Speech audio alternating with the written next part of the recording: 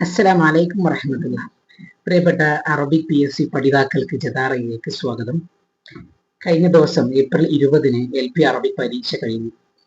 ഒരു പുതിയ പാറ്റേൺ, പുതിയ ട്രെൻഡ് ഒക്കെ വന്നതിന്റെ ഞെട്ടലിലാണ് പല ആളുകളും.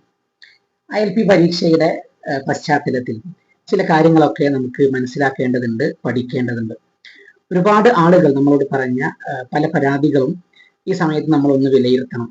കുറെ ആളുകൾ പറഞ്ഞത് ഞങ്ങൾക്കൊക്കെ ഇനി PSC പരീക്ഷയൊക്കെ എഴുതാനുള്ള സാധ്യതയുണ്ടോ, ഇങ്ങനെയൊക്കെയാണ് ചോദ്യങ്ങൾ വരുന്നതെങ്കിൽ ഞങ്ങൾക്ക് എഴുതിയിട്ട് കാര്യമുണ്ടോ എന്ന് പല ആളുകളും ചോദിച്ചിട്ടുണ്ട്. ഞങ്ങൾക്ക് പറയാനുള്ളത്, ജദാറക്ക് പറയാനുള്ളത്, നമ്മൾ പുതിയ പാറ്റേണുകളും പുതിയ ട്രെൻഡുകളും ഒക്കെ പരീക്ഷാ പേപ്പറിൽ കാണുമ്പോൾ ഞെട്ടേണ്ട കാര്യമൊന്നുമില്ല. നമ്മൾ എന്ത് ചെയ്യുക, അതിനനുസരിച്ച് ആ പരീക്ഷയിൽ നിന്ന് പാഠം ഉൾക്കൊണ്ട് അതിനനുസരിച്ച് വരുന്ന പരീക്ഷകൾ, ഇനിയും അവസരങ്ങളുണ്ട്, വരുന്ന പരീക്ഷകൾക്കൊക്കെ നന്നായിട്ട് പ്രിപ്പയർ ചെയ്യണം. അതുകൊണ്ടാണ് ഇപ്പോ നമ്മൾ ഇങ്ങനെ ഒരു ഇവാലുവേഷൻ നടത്തുന്നത്. ഏതൊക്കെ ഭാഗത്ത് നിന്നാണ് കൂടുതൽ ചോദ്യങ്ങൾ വന്നത്, ചോദ്യത്തിന്റെ പുതിയ പാറ്റേൺ എന്താണ്, ഏത് രൂപത്തിലാണ് ചോദ്യം ചോദിക്കുന്നത് എന്നൊക്കെയുള്ള പാഠങ്ങൾ ഉൾക്കൊണ്ട് വേണം ഇനി നമ്മൾ പഠിക്കാൻ വേണ്ടിയിട്ട്. കുറെ ആളുകൾ പറഞ്ഞു നമ്മളോട് ടൈം കിട്ടുന്നില്ല എന്നുള്ള പ്രശ്നങ്ങൾ പറഞ്ഞിട്ടുണ്ട്. തീർച്ചയായും ഈ ചോദ്യപേപ്പർ പരിശോധിക്കുമ്പോൾ ചോദ്യമിടുന്ന കാര്യത്തിൽ ചോദ്യമിടുന്ന ആളുകളൊക്കെ മാറിയിട്ടുണ്ട്. ഒരു വലിയൊരു തലമുറ മാറ്റം തന്നെ സംഭവിച്ചു എന്ന് നമ്മൾക്ക് തോന്നുന്നുണ്ട്.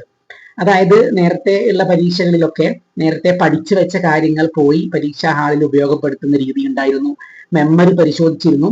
പക്ഷെ ഇപ്പോൾ പരിശോധിക്കുന്നത് അറബി ഭാഷയിലുള്ള സ്കില്ല് തന്നെയാണ്. നഹ്വ് അറിയുന്ന ആളുകൾ, നന്നായിട്ട് അറബി പ്രയോഗിക്കാൻ അറിയുന്ന ആളുകൾ, മെമ്മറിക്ക് അപ്പുറത്തേക്ക് ക്ലാസ് മുറികളിൽ പരീക്ഷാ ഹാളുകളിലൊക്കെ എത്രത്തോളം അറബി സ്കില്ല് നമ്മൾ പരീക്ഷയിൽ പ്രയോഗിക്കുന്നുണ്ട് എന്നതാണ് ഇപ്പോൾ പരിശോധിച്ചുകൊണ്ടിരിക്കുന്നത്. പല ആൾക്കാരും ചോദിക്കുന്നുണ്ട് കട്ട് ഓഫിനെ പറ്റി. കട്ട് ഓഫ് എന്നുള്ളത്, കട്ട് ഓഫ് എന്ന സംഖ്യ ചെറിയ സംഖ്യയായിട്ട് മാറുമോ എന്ന് ചോദിക്കുന്നുണ്ട്. എക്സാം കടുകട്ടിയായി കഴിഞ്ഞാൽ സ്വാഭാവികമായിട്ടും കട്ട് ഓഫ് കുറയേണ്ടതുണ്ട്. പക്ഷേ മുൻ വർഷങ്ങളെ അപേക്ഷിച്ച് ഇവിടെ പോസ്റ്റുകളുടെ എണ്ണം കുറവാണ്. അതുകൊണ്ട് തന്നെ ഇപ്പോൾ ഇറങ്ങുന്ന റാങ്ക് ലിസ്റ്റുകളൊക്കെ ചെറിയ റാങ്ക് ലിസ്റ്റുകളാണ്. കുറച്ച് ആളുകൾ മാത്രമാണ് ഈ ഒരു റാങ്ക് ലിസ്റ്റിൽ അവർ ഉൾപ്പെടുത്തുന്നതെങ്കിൽ, പരിഗണിക്കുന്നതെങ്കിൽ ഈ ഒരു കട്ട് ഓഫ് എന്നുള്ളത് ഒരുപാട് കുറയാനൊന്നും സാധ്യതയില്ല. പിന്നെ എല്ലാ ചോദ്യങ്ങളും ബുദ്ധിമുട്ടൊന്നുമല്ല, പാറ്റേൺ കുറച്ചൊക്കെ മാറി, ടൈം ഒരുപാട് നമുക്ക് എടുക്കേണ്ടി വന്നു എന്നുള്ളതൊക്കെ ഒഴിച്ചാൽ പിന്നെ ഈസിയുള്ള ചോദ്യങ്ങളും മീഡിയം ലെവലിലുള്ള ചോദ്യങ്ങളൊക്കെ ഉണ്ട്. എന്നാൽ ചില ചോദ്യങ്ങളെ കണ്ടാൽ LPക്ക് ഒരിക്കലും ചോദിക്കാൻ പറ്റിയ രൂപത്തിലല്ല. പിന്നെ അങ്ങനെയുള്ള പ്രയാസങ്ങളൊക്കെ നമ്മൾ അനുഭവിച്ചു. കുറെ ആൾക്കാർ ഇത് കണ്ടിട്ട് ഹൈസ്കൂൾ ഒന്നും അല്ല, ഇത് ഹയർ സെക്കൻഡറി ലെവലാണ്, ഇത് നെറ്റ് ലെവലാണെന്നൊക്കെ പറഞ്ഞ ആളുകളൊക്കെ ഉണ്ട്. പിന്നെ ഇതിൽ വന്ന പുതിയ ട്രെൻഡുകൾ ഉണ്ട്, അതൊക്കെ നമ്മൾ മനസ്സിലാക്കണം. കോംപ്രഹെൻസീവ് ചോദ്യങ്ങളൊക്കെ ഒരു പാരഗ്രാഫ് 5 ചോദ്യം, ഒരു കവിത 5 ചോദ്യം എന്നതിനപ്പുറത്തേക്ക് പോയി. പിന്നെ ഓരോ ചോദ്യങ്ങൾക്കും ഓരോ കോംപ്രഹെൻസീവ് ടെക്സ്റ്റും ഒക്കെ കൊടുത്തിട്ടുള്ള ചോദ്യങ്ങൾ നമ്മൾ കണ്ടു. പിന്നെ അദബിന്റെ എണ്ണം വളരെ കുറഞ്ഞു. പിന്നെ 9-10 ചോദ്യങ്ങളിലേക്ക് താരീഖുൽ അദബ് കുറഞ്ഞു വന്നു. പിന്നെ മാത്രമല്ല പെഡഗോജിക്ക് നല്ല പ്രാധാന്യമുണ്ട്, നല്ല സ്റ്റാൻഡേർഡ് ചോദ്യങ്ങളാണ്. പെഡഗോജിയിൽ തന്നെ ഹാൻഡ് ബുക്കിൽ നിന്നുള്ള പെഡഗോജിയുമായി ബന്ധപ്പെട്ട ഭാഗങ്ങളൊക്കെ ഉൾപ്പെടുത്തി. ടെക്സ്റ്റ് ബുക്കിൽ നിന്ന് വന്ന ചോദ്യങ്ങളൊക്കെ വൺ വേർഡ് ചോദ്യങ്ങളായിരുന്നു 2025-ൽ. ഇവിടെ അത് കോംപ്രഹെൻസീവ് ലെവലിലേക്കൊക്കെ മാറി. ഇനി പിന്നെ 20 മാർക്കിന്റെ GK അത്യാവശ്യം സ്റ്റാൻഡേർഡ് ആയിരുന്നു. ഒരു ഹയർ സെക്കൻഡറി ലെവലിലുള്ള പിന്നെ ടൈറ്റ് ആയിട്ടുള്ള GK ആയിരുന്നു നമ്മൾ കണ്ടിരുന്നത്. മാത്രമല്ല നമുക്ക് ആശ്വാസകരമായിട്ട് മാറിയത് ഇൻഡോ അറബിൽ നിന്നുള്ള ചോദ്യങ്ങൾ വളരെ എളുപ്പമായിരുന്നു. നഖദിൽ നിന്നുള്ള ചോദ്യങ്ങളൊക്കെ പിന്നെ കുറച്ചും കൂടെ എൻ്റെ ഏരിയ ആണ്, അതൊക്കെ പരിശോധിച്ചപ്പോൾ ഈസി ആയിട്ട്, സിമ്പിൾ ആയിട്ടാണ് നമുക്ക് തോന്നിയിട്ടുള്ളത്. ഏതായിരുന്നാലും എങ്ങനെയാണ് ചോദ്യങ്ങൾ വന്നത് എന്നത് മാത്രം നമ്മളൊന്ന് പരിശോധിക്കുകയാണ്. ആകെയുള്ള 100 ചോദ്യങ്ങളെ നമ്മൾ ഇങ്ങനെ വിഭജിക്കുന്ന സമയത്ത് ജനറൽ നോളജ് 20 എണ്ണമാണ്, സിലബസ് പ്രകാരം 20 എണ്ണം വന്നിട്ടുണ്ട്. ഇനി കോംപ്രഹെൻസീവായ ചോദ്യങ്ങളുടെ എണ്ണം കൂടി. മാത്രമല്ല അത് പിന്നെ ചെയ്യാൻ വേണ്ടിയിട്ട് ഒരുപാട് ടൈം എടുത്തു, മനസ്സിലാക്കാൻ ടൈം എടുത്തു. പിന്നെ നീളമുള്ള വലിയ ഓപ്ഷനുകൾ, ഉത്തരങ്ങളൊക്കെ വലുതായിരുന്നു, ചോദ്യങ്ങളും വലുതായിരുന്നു, മനസ്സിലാക്കാനൊക്കെ സമയമെടുത്തു. കുറേ ആളുകൾക്ക് 100 ക്വസ്റ്റ്യൻ മുഴുവനായിട്ട് അറ്റൻഡ് ചെയ്യാനൊന്നും സാധിച്ചില്ല എന്നൊക്കെ കേട്ടു. ട്രാൻസ്ലേഷൻ 10 ചോദ്യങ്ങളാണ്. നഖദിൽ നിന്ന് പലപ്പോഴും 2 ചോദ്യങ്ങളോ 1-2 വരാറുള്ളൂ. ഇവിടെ 4 ചോദ്യങ്ങൾ വന്നു, പക്ഷെ അത് സിമ്പിൾ ആയിരുന്നു. ഇൻഡോ അറബ് 10 ചോദ്യങ്ങൾ സിമ്പിൾ ആയിരുന്നു. പിന്നെ നമുക്ക് വിഷമമുണ്ടാക്കിയ ഒന്ന്, ജാഹിലി മുതൽ അസുൽ ഹദീസ് വരെ വലിയൊരു കൂമ്പാരം, വലിയൊരു മല പഠിച്ചിട്ടും 10 ചോദ്യങ്ങളെ വന്നുള്ളൂ എന്നുള്ളത് വിഷമകരമാണ്. പിന്നെ എന്നാൽ ശരിക്കും ഒരാളെ അളക്കണം എന്നുണ്ടെങ്കിൽ, ഒരാളുടെ അറബി സ്കില്ല് അളക്കണം എന്നുണ്ടെങ്കിൽ നഹവും ബലാഗയും അതേപോലെയുള്ള കോംപ്രഹെൻഷൻ ഒക്കെ തന്നെയാണ് ചോദിക്കേണ്ടത്. മെമ്മറി അളക്കുമ്പോഴാണ് അദബ് പോലെയുള്ള കാര്യങ്ങൾ കൂടുതൽ വരിക. എന്നിരുന്നാലും പിന്നെ പ്രശ്നമില്ല, അടുത്ത പ്രാവശ്യം നമ്മൾ എന്ത് ചെയ്യും, നന്നായിട്ട് പഠിക്കുക തന്നെ ചെയ്യും. ബലാഗയിൽ നിന്നും അറൂദിൽ നിന്നും 7 ചോദ്യങ്ങൾ ഉണ്ടായിരുന്നു. പക്ഷെ അത്ര പിന്നെ പ്രയാസമുള്ള ചോദ്യങ്ങളൊന്നുമല്ല. നഹ്വിൽ നിന്ന് 10 ചോദ്യങ്ങൾ ഉണ്ടായിരുന്നു. അത് അത്യാവശ്യം സ്റ്റാൻഡേർഡ് ആയിരുന്നു. ടെക്സ്റ്റ് ബുക്കിൽ നിന്ന് വന്ന ചോദ്യങ്ങൾ 6 എണ്ണമാണ്. അത് പിന്നെ കോംപ്രഹെൻസീവ് ടൈപ്പിലേക്കാണ് പോയത്.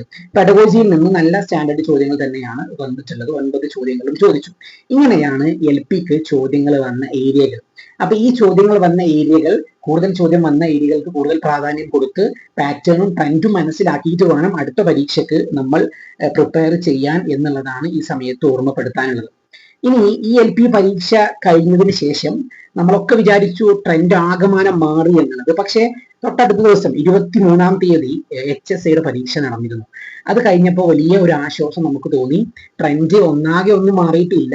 HSAയുടെ പരീക്ഷ ഒരു മാതൃകാ പരീക്ഷ പേപ്പർ തന്നെയായിരുന്നു. ഒരുപാട് വലക്കാതെ, ഒരുപാട് ബുദ്ധിമുട്ടുള്ള ചോദ്യങ്ങൾ ചോദിക്കാതെ, ഒരുപാട് ഈസി ഉള്ളതിലേക്കും പോവാതെ സ്റ്റാൻഡേർഡ് ആയിട്ട്, എന്നാൽ ഈസി ഉള്ള ക്വസ്റ്റ്യൻസ് കുറച്ചുണ്ട്, പിന്നെ അതേപോലെ ടഫുള്ള 1-2 കുറച്ച് ചോദ്യങ്ങൾ മാത്രമേ ഉള്ളൂ. എന്നിരുന്നാലും എന്തൊക്കെ പറഞ്ഞാലും മാതൃകാപരമായ നല്ല ഒരു ചോദ്യപേപ്പർ ആയിരുന്നു HSAയുടെ ചോദ്യപേപ്പർ. LPയിൽ നീട്ടിപ്പരത്തിയ പിന്നെ ചോദ്യങ്ങൾ നമ്മൾ കണ്ടു. HSAയിൽ അങ്ങനെയൊന്നുമില്ല. HSAയുടെ ചോദ്യപേപ്പർ ഇതുവരെ ഇറങ്ങിയിട്ടില്ല. അത് ഓൺലൈൻ പരീക്ഷയായിരുന്നു. ആരുടെ കയ്യിലും അതിന്റെ ചോദ്യപേപ്പർ ഇല്ല. എന്നിരുന്നാലും ജദാറ അതിന്റെ ഒരു വിലയിരുത്തൽ നടത്തിയിരുന്നു. നഹ്വിൽ നിന്ന് 20 ചോദ്യങ്ങൾ വന്നു HSAക്ക്. ആ 20 ചോദ്യങ്ങളും അത്ര കട്ടിയുള്ളതല്ല. അതിൽ 15-16 ചോദ്യങ്ങൾ വളരെ സിമ്പിൾ ആയിരുന്നു. അദബിൽ നിന്ന് LP പോലെ തന്നെ 9 ചോദ്യങ്ങളാണ് അദബിൽ നിന്ന് ആകെ വന്നുള്ളൂ. പക്ഷെ 9 ചോദ്യങ്ങൾ LP അപേക്ഷിച്ച് കുറച്ചുകൂടെ എളുപ്പമായിരുന്നു. പെഡഗോജിയിൽ നിന്ന് ഒരുപാട് ചോദ്യങ്ങൾ വന്നു. കാരണം HSA ആണ്. 20 ചോദ്യങ്ങൾ വന്നു. പക്ഷെ അത് കുറെയൊക്കെ ഈസി ആയിരുന്നു. ബ്രൂണർ, വൈഗോട്സ്കി, പിന്നെ അങ്ങനെയുള്ള ആളുകളെ കുറിച്ച്, നോംചോംസ്കിയെ കുറിച്ച്, ത്വരീഖകളെ കുറിച്ച്, ത്വരീഖത്തു തർജമ, മുബാശറ ഒക്കെ ഉണ്ടായിരുന്നു. പിന്നെ ഹുത്തത്തിനെ കുറിച്ച് ഇവിടെയൊക്കെ വന്ന ചോദ്യങ്ങൾ കുറച്ചും കൂടെ എളുപ്പമുള്ളതാണ് വന്നത്. ഇൻഡോ അറബിൽ നിന്ന് 10 ചോദ്യങ്ങൾ വന്നു. LPയിൽ ഇൻഡോ അറബിൽ നിന്ന് വന്ന ചോദ്യങ്ങൾ വളരെ സിമ്പിൾ ആയിരുന്നു. HSAയിൽ കുറച്ചൊക്കെ സ്റ്റാൻഡേർഡ് പുലർത്തി. ട്രാൻസ്ലേഷനിൽ നിന്ന് HSAയിൽ 7 ചോദ്യങ്ങൾ വന്നു. അത് 7ഉം ഈസിയുള്ള ചോദ്യങ്ങളായിരുന്നു. ടെക്സ്റ്റ് ബുക്കിൽ നിന്ന് ഒരു 4 ചോദ്യങ്ങളാണ് വന്നത്. അത് LP പോലെ തന്നെ കോംപ്രഹെൻസീവ് ടൈപ്പിലേക്കാണ് പോയത്. അപ്പൊ നോക്കൂ നിങ്ങൾ, ടെക്സ്റ്റ് ബുക്ക് ചോദ്യങ്ങളും കോംപ്രഹെൻഷൻ ചോദ്യങ്ങളൊക്കെ വലിയ മാറ്റമാണ് ഇപ്പൊ കഴിഞ്ഞ 2 പരീക്ഷയിലും ഉള്ളത്. HSAയിൽ കോംപ്രഹെൻഷൻ 10 ചോദ്യങ്ങൾ വന്നു. അത് സമയം നഷ്ടപ്പെടുത്തുന്ന രൂപത്തിൽ പിന്നെ ഓരോ ചോദ്യത്തിനും ഓരോ ടെക്സ്റ്റുകൾ കൊടുത്തിട്ടായിരുന്നു. ഇനി ഇസ്ലാമിക് ഹിസ്റ്ററിയിൽ നിന്ന് 2 സിമ്പിളായ ചോദ്യങ്ങൾ വന്നു. അറൂവിൽ നിന്ന് ഒരു ചോദ്യം, തൊവീല് ബഹറിലും വന്നിട്ടുള്ള കവിതയുമായി ബന്ധപ്പെട്ടുള്ള സിമ്പിളായ ഒരു ചോദ്യം. ബലാഗയിൽ നിന്ന് 2 ചോദ്യം. ആ 2 ചോദ്യവും സിമ്പിൾ ആയിരുന്നു. പിന്നെ ജനറൽ നോളജ് നമുക്ക് പിന്നെ 15 ചോദ്യങ്ങളാണ് ഉണ്ടായിരുന്നത്.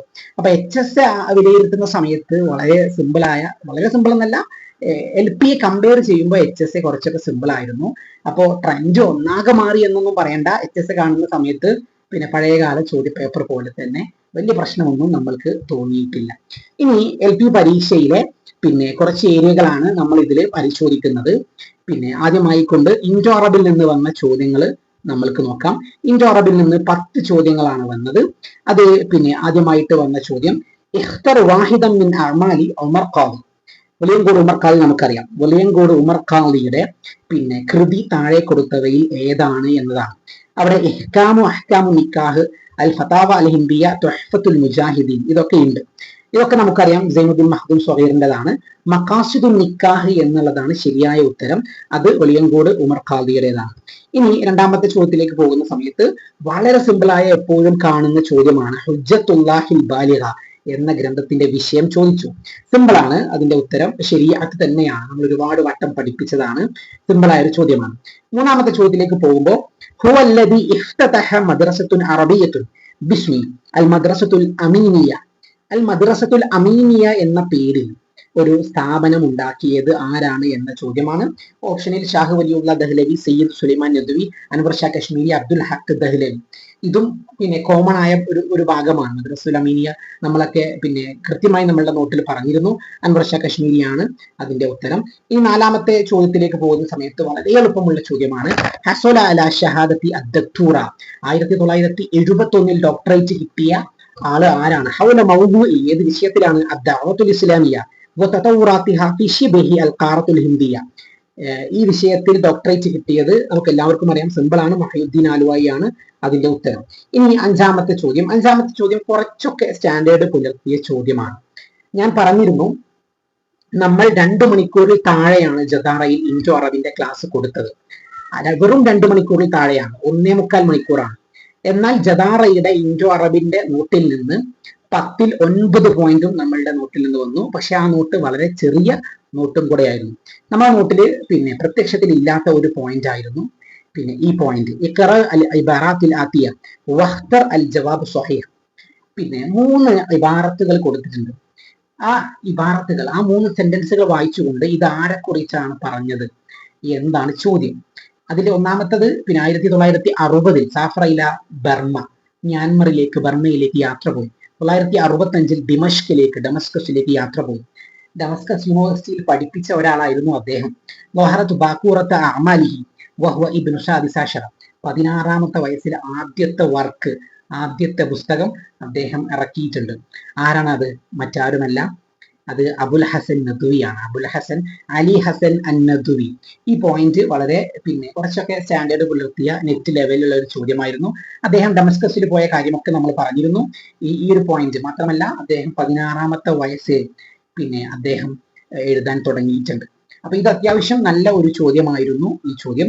ഇനി നമ്മൾ 6ാമത്തെ ചോദ്യത്തിലേക്ക് പോവുകയാണ്. എപ്പോഴും ഞാൻ പറയുന്ന ഡയലോഗാണ്, നുസ്ഹത്തുൽ ഖവാത്തിർ ഇല്ലാത്തൊരു ചോദ്യം ഈ ചോദ്യ പേപ്പർ നിങ്ങൾ കാണില്ല എന്നുള്ളത്.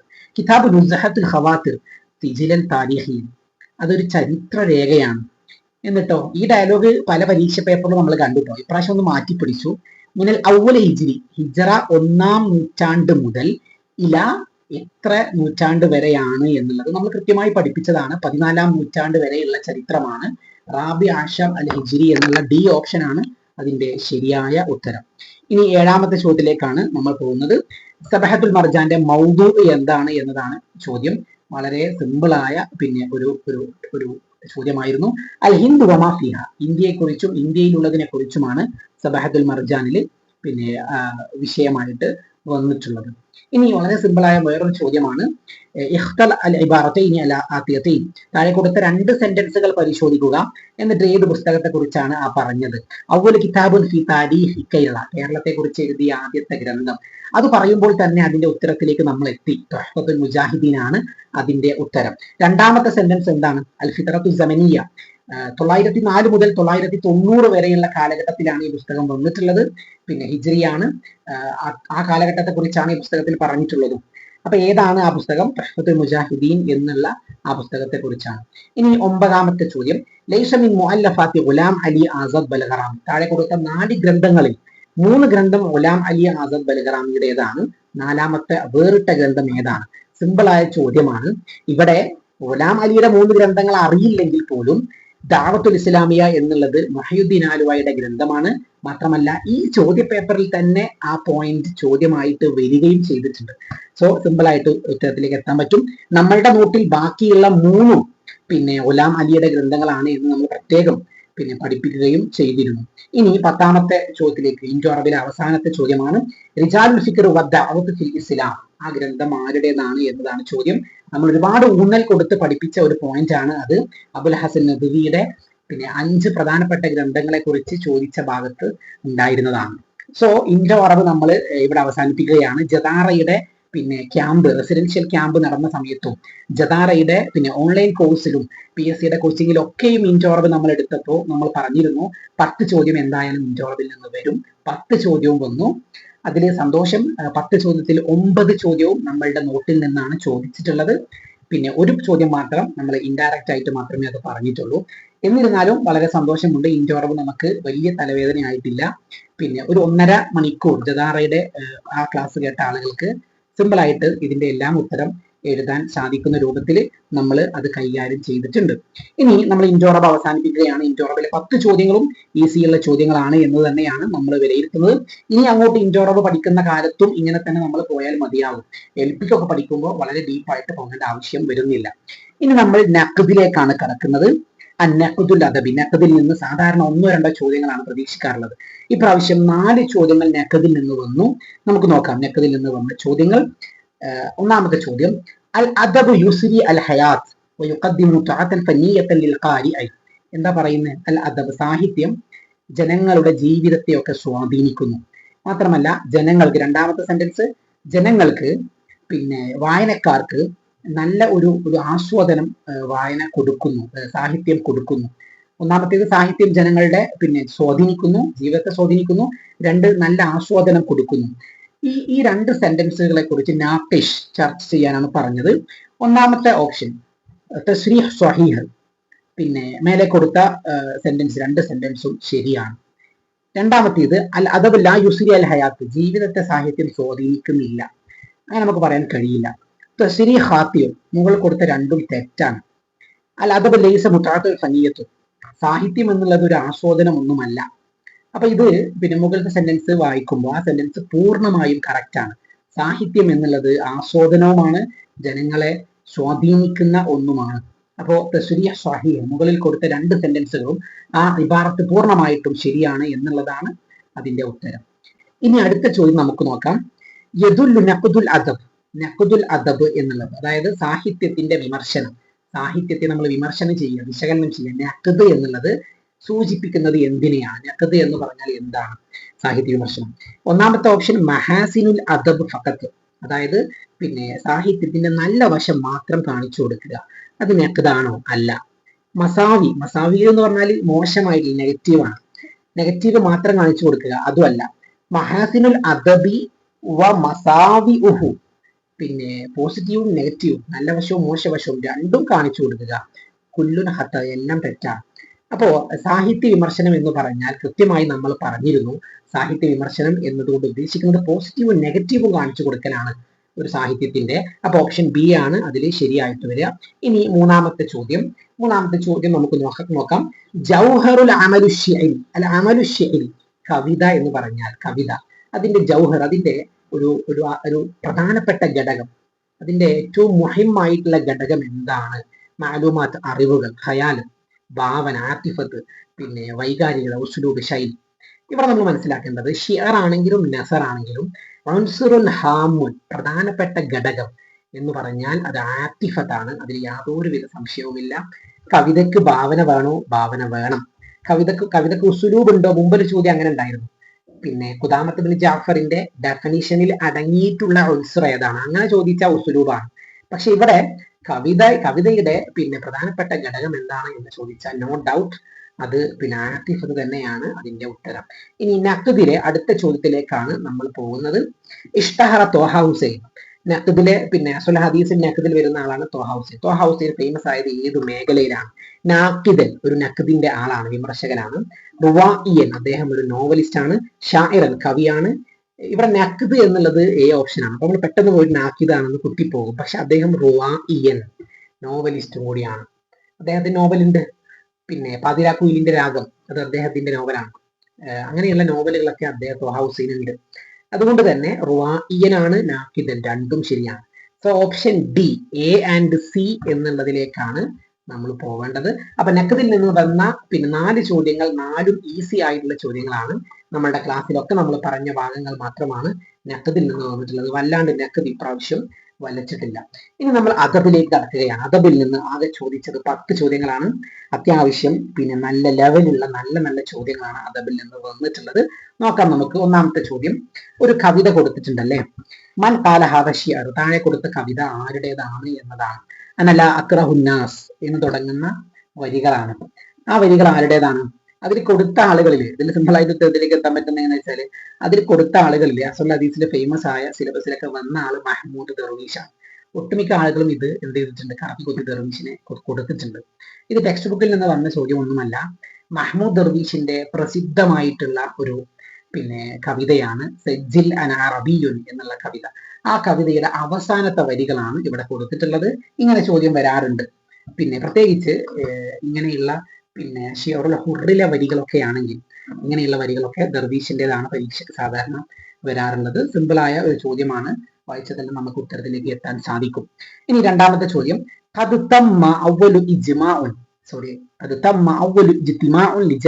അപ്പോളോ ജമാഅത്ത് അപ്പോളോ നമുക്കറിയാം. അപ്പോളോ എന്ന സംഘടനയുടെ ആദ്യത്തെ സിറ്റിംഗ്, ഒന്നാമത്തെ മീറ്റിംഗ് അത് ഉണ്ടാക്കാൻ വേണ്ടി ഒന്നാമത്തെ മീറ്റിംഗ് കൂടിയത് ആരുടെ വീട്ടിലാണ് എന്നുള്ളതാണ് സ്റ്റാൻഡേർഡ് ഉള്ള ചോദ്യമാണ്. പക്ഷെ പിന്നെ ഉത്തരം ജമാഅത്ത് അപ്പോളോയുടെ ക്ലാസ്സുകളിൽ നമ്മൾ പറഞ്ഞതാണ്. അഹമ്മദ് ഷൗക്കിയാണ് ഒന്നാമത്തെ പ്രസിഡന്റ് ജമാഅത്ത് അപ്പോളോയുടെ. അഹമ്മദ് ഷൗക്കിയുടെ വീട്ടിലാണ് ജമാഅത്ത് അപ്പോളോയുടെ ആദ്യത്തെ സിറ്റിംഗ് നടന്നിട്ടുള്ളത്. ഇനി ഈ ചോദ്യം നോക്കൂ നിങ്ങൾ. ഈ ചോദ്യത്തിന്റെ ഒരു പാറ്റേൺ, ഈ പാറ്റേൺ മുൻ വർഷങ്ങളിലുള്ള പാറ്റേൺ തന്നെയാണ്. പക്ഷെ ആ ക്വസ്റ്റ്യൻ വേർഡ്സ് അത് ഇപ്രാവശ്യം കുറെ ആവർത്തിച്ചിട്ടുണ്ട്. ഇഖറ അൽ ഇബാറത്തൈനി അൽ ആത്തിയത്തൈനി, താഴെ കൊടുത്ത ഇബാറത്തുകൾ വായിക്കുക. അങ്ങനെ ആ രൂപത്തിലുള്ള ചോദ്യങ്ങൾ ഇപ്രാവശ്യം കുറെ വന്നിട്ടുണ്ട്. എന്നിട്ട് ഉത്തരം ഏതാണെന്ന് കണ്ടെത്തുക. കിതാബുൽ ബുഖലാ ലിൽ ജാഹിദ്, ജാഹിദിന്റെ അൽ ബുഖലാ എന്ന പിന്നെ കൃതി, ജാഹിദിന്റേതാണ് അൽ ബുഖലാ. രണ്ടാമത്തേത് മസ്റഹിയത്തു അൽ ബഹീൽ, അൽ ബഹീൽ എന്ന നാടകം, അത് മാറൂൻ നഖാഷിന്റേതാണ്. ഈ രണ്ട് ഇബാറത്തുകളും ശരിയാണ്. ജാഹിദിന്റേതാണ് ബുഖല, മാറൂൻ നഖാഷിന്റേതാണ് ബഹീൽ. ശരിയാണ്. അപ്പൊ അതിൽ ശരിയായിട്ട് വരുന്നത് എന്താണ്? കിലാഹുമാ സ്വഹീഹ്, രണ്ടും ശരിയാണ്. മറ്റുള്ള ഓപ്ഷനുകൾ അൽ അവ്വലു സ്വഹീഹ് വസ്സാനി ഖതാ, ഒന്ന് ശരി ഒന്ന് തെറ്റ്, രണ്ടും തെറ്റ്. ആദ്യത്തേത് തെറ്റ്, രണ്ടാമത്തേത് ശരി, അങ്ങനെയുള്ള ഓപ്ഷനുകളൊക്കെ വരുന്നുണ്ട്. പക്ഷെ ഇത് രണ്ട് ഇബാറത്തുകളും ശരിയാണ് എന്നതാണ് ഇതിലെ കറക്റ്റ് ആൻസർ. ഇനി പിന്നെ അദബിലെ നാലാമത്തെ ചോദ്യം നോക്കാം നമുക്ക്. ഇഖ്തർ അസഹു മിനൽ ഇബാറാത്തി താലിയ, താഴെ കൊടുത്ത ഇബാറത്തുകൾ, സ്റ്റേറ്റ്മെന്റുകൾ, അതിൽ ഏതാണ് ഏറ്റവും ശരിയായത്? നവറാത്തിനെ പറ്റിയാണ്. ഇവിടെ ഏറ്റവും സിമ്പിൾ ആയിട്ട് നമുക്ക് മനസ്സിലാക്കാം. അൻ നവറാത്ത്, നവറാത്ത് എന്നുള്ളത് സലാസത്തു അജ്സാഇ, 3 വോളിയം ഉണ്ട് നവറാത്തിന്. ഈ നവറാത്തിന് 3 വോളിയം ഉണ്ട് എന്നുള്ളത് എ ഓപ്ഷനിലും സി ഓപ്ഷനിലും വന്നിട്ടുണ്ട്. ശരിയാണ്, നവറാത്തിനെ പറ്റി 3 വോളിയം ഉണ്ട്. നവറാത്ത് എന്താണ്? നവറാത്തും അബറാത്തും രണ്ടെണ്ണമാണ് മനഫലൂത്തിക്കുള്ളത്. നവറാത്ത് എന്നുള്ളത് അദ്ദേഹത്തിന്റെ മക്കാലകൾ ലേഖനങ്ങളുടെ മജുമാത്താണ്, ലേഖനങ്ങളൊക്കെ ഒരുമിച്ച് കൂട്ടിയ സമാഹാരമാണ്. എന്നാൽ അബറാത്ത് എന്നുള്ളത് അദ്ദേഹത്തിന്റെ ഖസസുകളാണ്, കവിതകളാണ്. സോ ഇതിൽ ഓപ്ഷൻ സി ആണ് ശരിയായിട്ട് വരിക. ബാക്കിയുള്ള ഓപ്ഷൻ എ ഖസസ് ആണ്, ഓപ്ഷൻ ബി ഖസസ് ആണ്, കഥകളാണ്. കഥകൾ ഒരിക്കലും അദ്ദേഹത്തിന്റെ കഥകൾ നവറാത്ത് അല്ല, അത് അബറാത്താണ്. പിന്നെ ബി ഓപ്ഷൻ അഷാർ, കവിതകളാണ്, അപ്പൊ ഒരിക്കലും അത് വരില്ല. സി ഓപ്ഷൻ തന്നെയാണ് ഉത്തരം. ഇത് നമ്മൾ പറഞ്ഞതാണ്, നവറാത്ത് ചോദ്യത്തിൽ വരും. ഖിസ്സ ഖസീറയിൽ 7 പേരെ നമ്മൾ പഠിപ്പിച്ചപ്പോൾ ഞാൻ പറഞ്ഞിരുന്നു, അതിൽ ഇത്രയും കാലം 95% ചോദ്യം വന്നതും പിന്നെ നസറിൽ നിന്ന് ഭൂരിഭാഗം ചോദ്യം വന്നതും അത് പിന്നെ മൻഫലൂത്തിയാണ്. മൻഫലൂത്തിയെ പറ്റി ഇനിയും വരും എന്നുള്ളത് നമ്മൾ ആ റെസിഡൻഷ്യൽ ക്യാമ്പിൽ പ്രത്യേകം പറഞ്ഞിട്ടുള്ളതായിരുന്നു. ഇനി പിന്നെ അദബിലെ 5ാമത്തെ ചോദ്യത്തിലേക്ക് കടക്കാം. അഖാമ ഫി ന്യൂയോർക്ക്, ന്യൂയോർക്കിൽ താമസിച്ചു. അസ്സസ മത്ബഅത്തു അറ്റ്ലാന്റിക്, അറ്റ്ലാന്റിക് എന്ന പേരിൽ ഒരു പ്രിന്റിംഗ് പ്രസ് ആരംഭിച്ചു. അവിടെ നിന്ന് അൽ ഫുനൂൻ എന്ന മാഗസിൻ പബ്ലിഷ് ചെയ്തു. ആരാണ് ഇത്? അൽ ഫുനൂൻ എന്നുള്ളത് സിമ്പിളായ ചോദ്യമാണ്. പിന്നെ നസീബ് അരിയുടേതാണ് അൽ ഫുനൂൻ എന്നുള്ളത്. പിന്നെ ഈ ചോദ്യം നമ്മൾ പിന്നെ പ്രഡിക്റ്റ് ചെയ്തൊരു ചോദ്യമായിരുന്നു. ഈ പരീക്ഷ പേപ്പർ കഴിഞ്ഞതിന് ശേഷം ഈ ചോദ്യം പരീക്ഷയിൽ കണ്ടിട്ട് ആളുകൾ നമ്മൾ വിളിച്ചിരുന്നു. അതായത് നമ്മൾ ആ ക്ലാസ്സിൽ പറയുന്നുണ്ടായിരുന്നു, പിന്നെ ജദാറയുടെ ക്ലാസ്സിൽ പറഞ്ഞിരുന്നു, പിന്നെ നസീബ് അരിയുള എന്നുള്ളത് സാധാരണഗതിയിൽ ചോദ്യ പേപ്പറിൽ വരാറില്ല. ജിബ്രാനും ഇലിയ അബുമാവിയുമാണ് വരാറുള്ളത്. പക്ഷെ നസീബ് അരിയുളയുടെ അൽ ഫുനൂൻ എന്ന മാഗസിൻ അത് പിന്നെ റാബിത്തയുടെ അണ്ടറിലൊക്കെ ഓടിയതാണ്, റാബിത്ത സിലബസിലുണ്ട്. അൽ ഫുനൂൻ മാത്രം പഠിച്ചാൽ മതി എന്ന് നമ്മൾ പറഞ്ഞതാണ്. അതേപോലെ തന്നെ അൽ ഫുനൂൻ ചോദ്യങ്ങളിൽ വരികയും ചെയ്തു. അടുത്ത ചോദ്യത്തിലേക്ക് കടക്കാം. സൂറത്തുൻ ഹയ്യത്തുൻ ലിൽ ഹയാത്തിൽ ഇജ്തിമാഇയ, എന്താ പറയുന്നത്? പിന്നെ സാമൂഹിക ജീവിതത്തെ കുറിച്ചുള്ള ഒരു ചിത്രമാണ് ഈ ഗ്രന്ഥത്തിൽ കൊടുത്തിട്ടുള്ളത്. ഫി മുഖ്തലഫിൽ ബിആത്ത്, വ്യത്യസ്ത പരിസ്ഥിതിയിൽ നിന്നുള്ള ആളുകളുടെ പിന്നെ സാമൂഹിക ജീവിതത്തെ കുറിച്ചാണ് ഈ ഗ്രന്ഥത്തിൽ പറയുന്നത് എന്ന് പറഞ്ഞിട്ട് ഏത് ഗ്രന്ഥമാണ്? ഇഖ്തർ അൽ ജവാബ് സ്വഹീഹ്. മുഖദ്ദിമയുണ്ട്, മവാസനയുണ്ട്, ഹയവാനുണ്ട്, വഫയാത്തുൽ അഅയാനുണ്ട്. പിന്നെ അതിൽ വഫയാത്തുൽ അഅയാൻ നമുക്ക് ഒഴിവാക്കാം, ചരിത്രം വരുന്നു. കിതാബുൽ ഹയവാൻ ഒഴിവാക്കാം. മവാസന പിന്നെ നഖ്ദിയായ ഗ്രന്ഥമാണ്. കിതാബുൽ മുഖദ്ദിമ എന്ന ഗ്രന്ഥത്തെ കുറിച്ച് പറയുമ്പോൾ അത് എഴുതിയിട്ടുള്ളത് പിന്നെ ആരാണ്? ഇബ്നു ഖൽദൂൻ ആണ്. ഇബ്നു ഖൽദൂൻ ആരാണ്? അബുൽ ഇൽമിൽ ഇജ്തിമാഇയ, പിന്നെ ഈ സാമൂഹിക ശാസ്ത്രം എന്നുള്ള വിഷയത്തിന്റെ പിന്നെ ഫാദറായിട്ടൊക്കെ പരിഗണിക്കുന്ന ആളാണ് ഈ ഇബ്നു ഖൽദൂൻ എന്നുള്ളത്.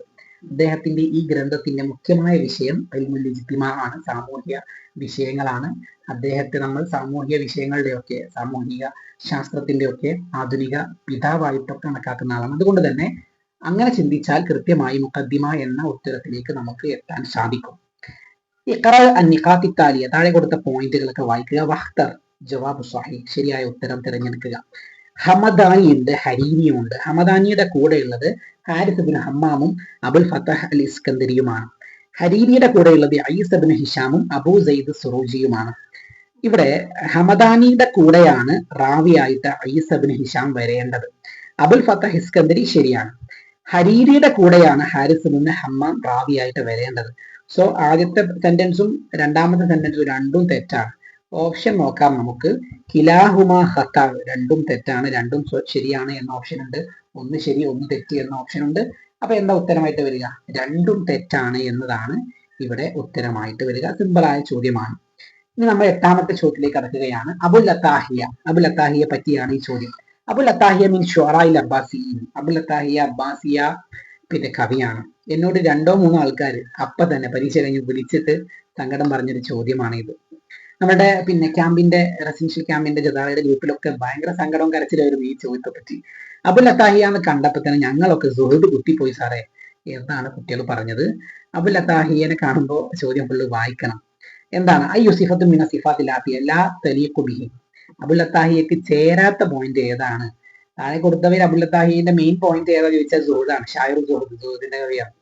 പക്ഷേ അദ്ദേഹത്തിന് ചേരാത്ത പോയിന്റ് PSC ഒന്ന് നമ്മൾ എറിഞ്ഞു നോക്കിയതാണ്. നമ്മളൊക്കെ ഇത് വീഴുകയും ചെയ്തു അല്ലെ. മദ്ഹ് ഉണ്ട് അദ്ദേഹത്തിന്. പക്ഷെ ഇവിടെ പ്രശ്നമുള്ളത് പിന്നെ അദ്ദേഹത്തിന് ഷൗക്കി വൈഫിലൊക്കെ പറയുമ്പോൾ നോക്കിക്കഴിഞ്ഞാല് അദ്ദേഹത്തിന് മദ്ഹ് ഉണ്ട്, റസൽ ഉണ്ട്, ഹിജാ ഉണ്ട്, സുഹൃദ് ഒരുപാടുണ്ട്. ശരിക്കും ഇവിടെ പിന്നെ ഇത് നാലും അദ്ദേഹത്തിന്റെ പിന്നെ ഇനങ്ങളിൽ പെട്ടത് തന്നെയാണ്. PSCയുടെ ഓപ്ഷൻ ആയിട്ട് ഇവിടെ വന്നത് ഹിജാ ആണ്. ഷായുള്ള ഹിജാ, ഹജാ എന്ന് പറയാം, അല്ലെങ്കിൽ ഹിജാ എന്ന് പറയാം. ആക്ഷേപത്തിന്റെ കവി എന്നുള്ളത് അദ്ദേഹത്തിന്റെ പോയിന്റ് അല്ല, ബാക്കിയുള്ളതൊക്കെ അദ്ദേഹത്തിന്റെ പോയിന്റ് ആണ് എന്നതാണ് PSCയിൽ വന്നത്. പക്ഷെ പല താരിഖുൽ അദബിന്റെ ബുക്ക് നോക്കുമ്പോൾ അദ്ദേഹത്തിന് ഹജാവും അദ്ദേഹം നടത്തിയിട്ടുണ്ട്. ഓക്കെ, എന്തായിരുന്നാലും പിന്നെ നമ്മുടെ ആളുകളൊക്കെ അതിനെതിരെ പിന്നെ കൊടുത്തിട്ടുണ്ട്. പിന്നെ അതെന്താവും നമുക്ക് കണ്ടറിയാം. റെക്ടിഫൈഡ് ആയിട്ടുള്ള പിന്നെ ആൻസർക്ക് വരട്ടെ ഏതായാലും. ഇനി നമ്മൾ 9ാമത്തെ ചോദ്യത്തിലേക്കാണ് കടക്കുന്നത്. അശ്യഅറു ദീവാനുൽ അറബ്. ഷിഅർ കവിത എന്ന് പറഞ്ഞാൽ അറബികളുടെ ദീവാനാണ് എന്ന് പറയാനുള്ള കാരണം എന്താണ് എന്നുള്ളതാണ്. ഇത് ഞാൻ തന്നെയാണ് പഠിപ്പിച്ചത്. പിന്നെ ഷിഅർ പഠിപ്പിക്കുന്ന സമയത്ത് നമ്മളുടെ വീഡിയോയിലാണെങ്കിലും നമ്മളുടെ പിന്നെ ഓഫ്ലൈൻ ക്ലാസ്സിലാണെങ്കിലും ഒക്കെ ഈ വിഷയം നമ്മൾ ഡിസ്കസ് ചെയ്തിരുന്നു. എന്തുകൊണ്ടാണ് അറബികളുടെ എല്ലാമാണ്, അറബികളുടെ ദീവാനാണ്, അവരുടെ ജീവിതമാണ് ഷിഅർ എന്നൊക്കെ നമ്മൾ പറയാറുണ്ട്. എന്തുകൊണ്ടാണ് ശരിക്കും അങ്ങനെ പറയാനുള്ള കാരണം? അറബികൾ തങ്ങളുടെ ജീവിതത്തിൽ എന്താണ് അനുഭവിക്കുന്നത്, എന്തൊക്കെയാണ് അവരുടെ ജീവിതത്തിൽ ഉള്ളത്, അത് പച്ചയായിക്കൊണ്ട് അവർ കവിതയിലൂടെ പ്രകടിപ്പിക്കും. അപ്പൊ അതില് പിന്നെ ഒരുപാട് ഓപ്ഷൻസ് നമുക്ക് കാണാം. നോക്കാം നമുക്ക് എന്തുകൊണ്ടാണ് അങ്ങനെ പറയാനുള്ള കാരണം. ിനായി ആയിട്ടുള്ള കവിതയിലെല്ലാം അടങ്ങിയിട്ടുണ്ട് എന്നുള്ളതാണ്. അത് ശരിയാണ്. സിജിലുൻ ഖാലിദ് ഒരു നിലനിൽക്കുന്ന രേഖയാണ്. ഈ ഹൗലായിൽ അറബി ജാഹിലിയൻ, ജാഹിലിയ അറബികളുടെ ഒക്കെ ജീവിതം മനസ്സിലാക്കാനുള്ള ഒരു രേഖയാണ് അവരുടെ കവിത എന്നുള്ളത്. അപ്പോൾ ജാഹിലിയ കവിതകൾ പരിശോധിക്കുമ്പോൾ അതിൽ അറബികളുടെ ജീവിതം എങ്ങനെയാണ് എന്ന് നമുക്ക് കാണാൻ കഴിയും. അതും ശരിയാണ്.